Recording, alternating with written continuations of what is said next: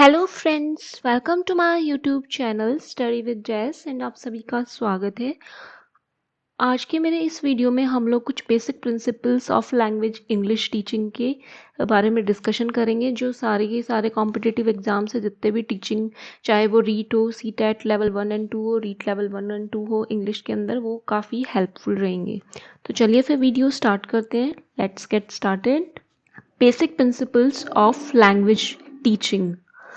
First देखिए, principal है language teaching का नेचुरलनेस, प्रिंसिपल ऑफ नेचुरलनेस, जिसके अंदर हम बच्चे को नेचुरल एनवायरनमेंट के साथ में रिलेट करना सिखाते हैं और नेचुरल एनवायरनमेंट से ही हम उसको इंग्लिश लैंग्वेज बोलना सिखाएंगे। चाहे वो उस लैंग्वेज को यूज़ चाहे प्लेग्राउंड में करे, चाहे किसी ग्रुप डिस्कशन में करे, या फिर किसी अपने क्लासरूम में टीचर के साथ में कन्वर्जेशन के टाइम पे वो इंग्लिश लैंग्वेज का यूज़ करे। तो ये हो गया प्रिंसिपल ऑफ नेचुरलनेस। नेक्स्ट है principle of habit formation.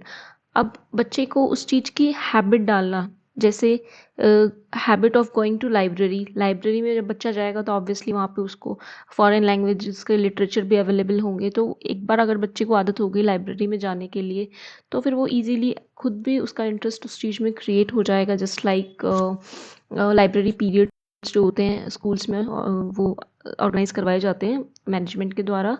Next है कंसल्टिंग अ डिक्शनरी। एक डिक्शनरी जैसे टीचर उसको बच्चे को जो हार्ड वर्ड्स देते हैं, तो टीचर बोलते हैं कि इससे आप कंसल्ट करोगे डिक्शनरी से। तो ये बोलने का इसलिए ज़रूरी होता है कि भाई आप डिक्शनरी से कंसल्ट कीजिए, ताकि बच्चा जब डिक्शनरी खोलेगा तो उसको और वैरायटी ऑफ वर्ड्स वहाँ पे मिलेंगे इंग्लिश लैंग्वेज की। थर्ड है करेक्ट प्रोनाउंसिएशन।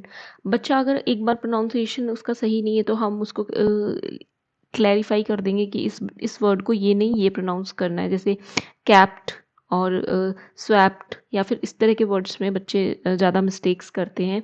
नेक्स्ट है इमिटेटिंग एंड रिपीटिंग।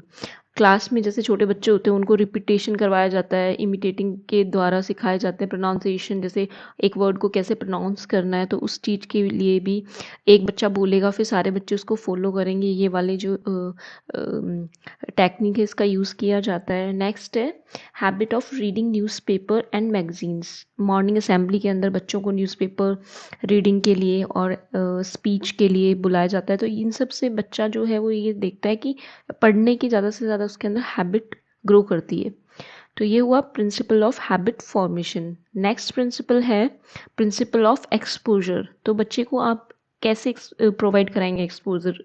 एनवायरनमेंट के माध्यम से, या फिर जो फॉरेन लैंग्वेजेस स्पीकिंग के स्कूल के अंदर जो क्लब्स होते हैं उनके द्वारा, या फिर स्लोगन राइटिंग कि अच्छा आपको इस इंग्लिश लैंग्वेज में इस टॉपिक पे ये स्लोगन, मतलब कोई भी आप अपने चॉइस से स्लोगन लिख के ला सकते हो, या फिर चार्ट्स मेंटेन कर सकते हो, या फिर स्लाइड शोज़ करवाते हैं आजकल तो पीपीटी के थ्रू ही सब स्कूल्स में पढ़ाया जाता है, स्मार्ट क्लासेस के थ्रू।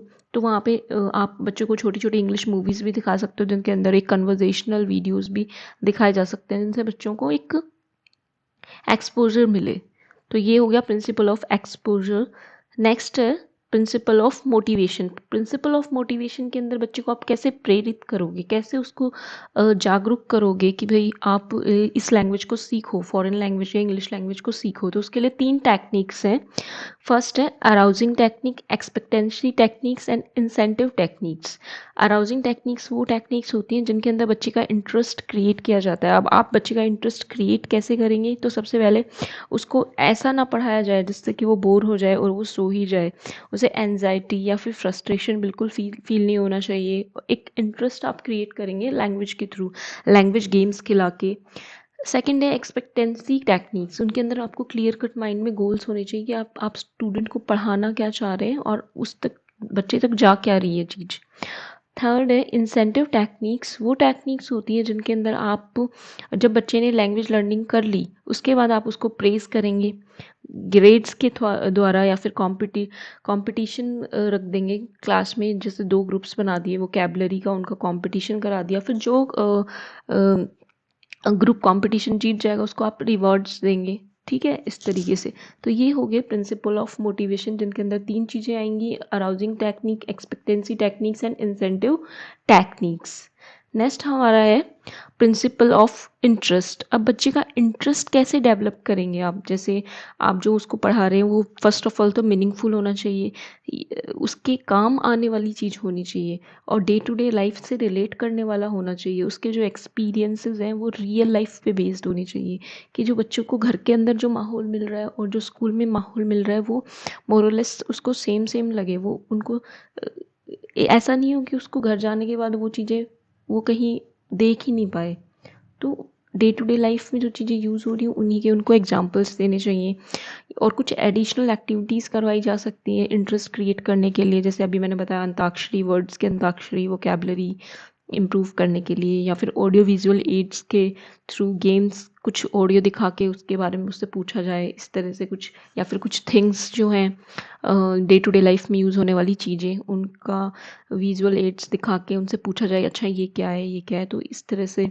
या फिर कुछ चार्ट्स या ग्रामाफोन की हेल्प से, ग्रामाफोन्स इनकी हेल्प से भी हम इंटरेस्ट क्रिएट कर सकते हैं बच्चे के लिए, एक ये नई टेक्निक्स हो जाएंगी।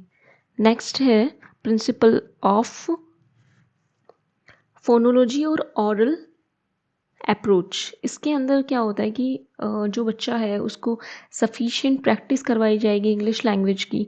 कैसे? ओरल ओरल बोल बोल के प्रैक्टिस करवा करवा के बच्चे को, चाहे वो उसमें दो ग्रुप्स के डिस्कशन हो सकते हैं, वो क्लासरूम के अंदर ही ग्रुप्स बना के उन बच्चों के डिस्कशंस हो सकते हैं, या फिर क्लासरूम में टीचर और स्टूडेंट डिस्कशंस हो सकते हैं। इस तरह की एक्टिविटीज़ जो होती हैं वो प्रमोट करती हैं प्रिंसिपल ऑफ फोनोलॉजी और ऑरल अप्रोच को।